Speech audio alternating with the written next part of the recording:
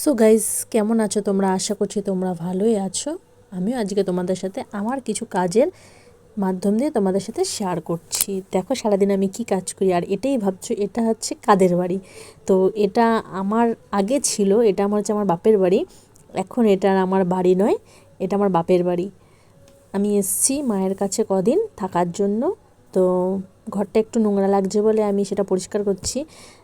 তো আগে ঝাড় দিয়ে নিলাম, এবার একটু মোছামুছি করছি, ধুলোবালি হয়ে গেছে, মা সেরকম পারে না করতে। তো প্রথমে ঝাড় দিলাম, তারপরে মুছলাম। এবার মুছে টুছে আমরা চলে যাব কলে বালতিটাকে রাখার জন্য। জলটা ধুয়ে ফেলে দিলাম। তো পরিষ্কার করে আবার বালতিটা পরিষ্কার পরিচ্ছন্ন যেটা দিয়ে মুছলাম সেটাও ভালো করে ধুয়ে নিয়ে এবার রেখে দেবো গাছের মধ্যে।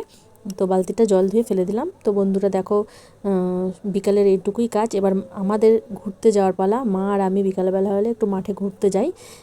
সেখানে আমার মেয়ে একটু জিমন্যাস্টিক প্র্যাকটিস করে, তো আমরা সেখানেই যাচ্ছি। এই দেখো সব বাচ্চারা মিলে এখানে জিমন্যাস্টিক প্র্যাকটিস করছে। সো আমরা এখানে বসে বসে দেখছি কারা কীরকম করে খেলছে। এখানে আমাদের ছোট ছোট ভাইয়েরা একটু আড্ডা দিচ্ছে, আর একে দেখো কত সুন্দর জিমন্যাস্টিক করছে।